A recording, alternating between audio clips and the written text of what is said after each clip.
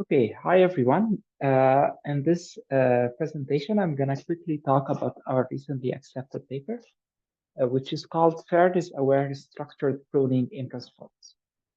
So simply what we're doing in this paper is that we are proposing a novel method for pruning large language models that improves their fairness. Now let's go into the details of our work.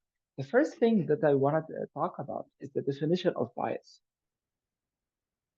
So I'm not going to give a rigorous math definition of bias, which it's there in the paper, but in this presentation, I'll just give an example of a bias model. So imagine this model. Imagine having a model that is supposed to do some filtering of resumes, and it has two applicants. One of them has a PhD from Mila and 6 years of research experience, and the other one has exactly the same qualifications, also a PhD, and also the same number of years of experience. And yet the model decides to keep the resume of one person and discard the resume of the other person, while they have the same exact qualifications. The only difference is the gender. So this is typically an example of a bias model. The model's bias doesn't have to be just gender, it could be based on gender or race or sexual orientation or religion and so on. And to go more into the context of this specific paper, which is large language models, let's quickly take a look on the existing models that we have now. So we have an exponential growth in the size of large language models. So now the models are in the range of hundreds of billions of parameters. And this is making it hard for the researchers to be able to retrain these models or even to fine tune them. And that's, of course, why people started looking at some alternatives to make these models smaller. And one of these alternatives is pruning.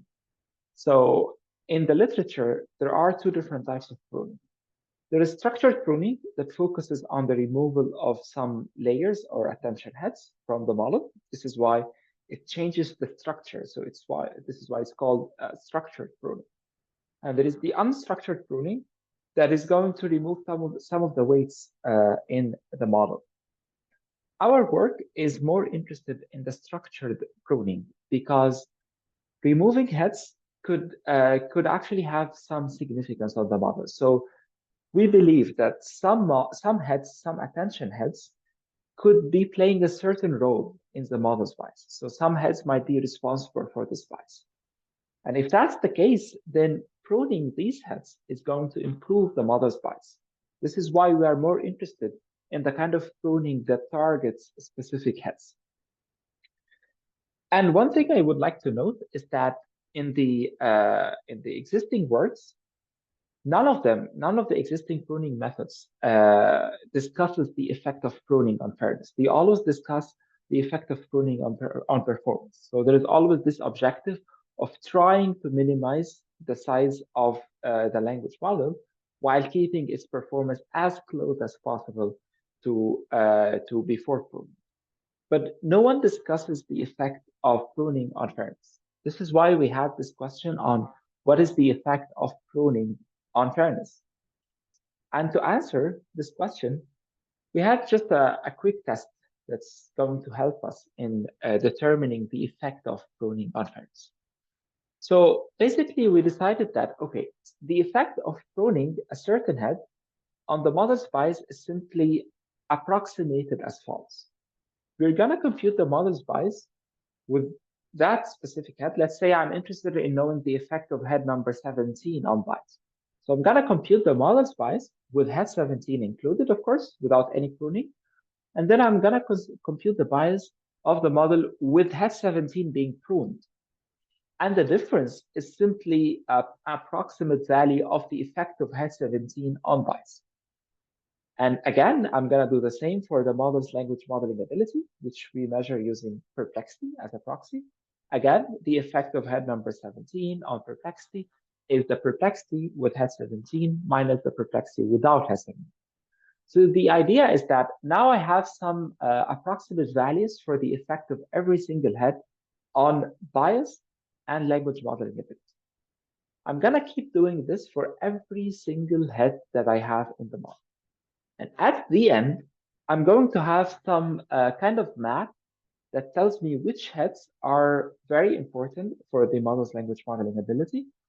And I'm also going to know the effect of these heads on the model's bias.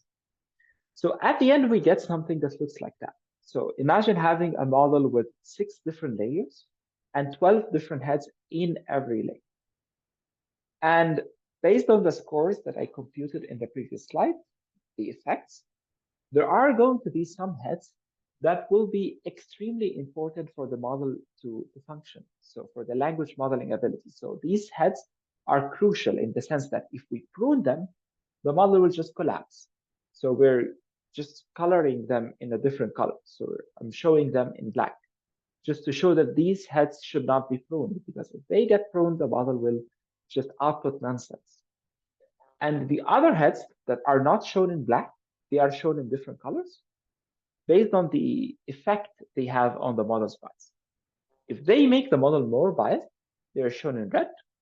If they make the model less biased, they are shown in green. And now the question is, which heads should I prune? So if I'm looking for the pruning of one head, what head would it be? So again, going back to what I just said, I want my head that I prune to be a head that's not crucial for the model to function. So I'm not going to include any of the heads shown in black because they are crucial. And then I'm going to focus on the other heads that are not crucial. And I'm going to prioritize the removal of the heads shown in red because these are the ones that harm the model's fairness. They are making the model more biased. This is basically how our pruning method works. We call it fairness-aware structure pruning because it cares about fairness as well, unlike the existing course. So now, one obvious question is, okay, so how does this method compare to the existing methods that we have in the literature for pruning? So I'm showing the results for one model, which is GPT-2. There are, of course, other existing models in the paper. You can check them if you want. And I'm showing the effect of pruning on two different aspects, the bias and the perplexity. So I'm showing the percentage of change in the bias when I prune the model, GPT-2. And I'm also showing the percentage of change in the perplexity when I, again, prune GPT-2. Ideally, I would like the percentage of change in bias to be as small as possible, meaning as negative as possible. So the more negative the percentage of change in bias is, the less bias the model is getting. So I want the percentage of change in bias to be as negative as possible.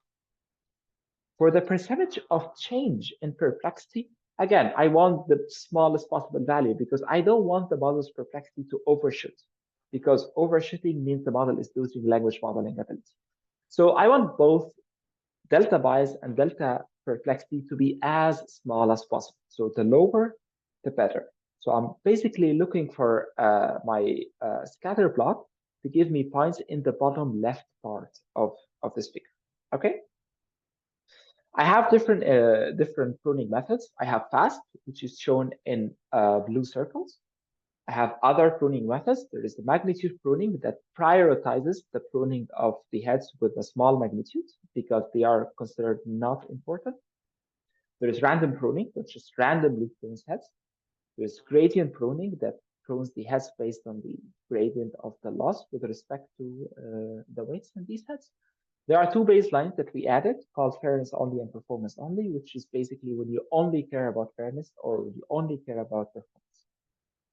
And of course, the amount of pruning is shown by the size of every point. So the larger the point is, the more pruning we have. So we have pruning ratio going from 0% up until 20%.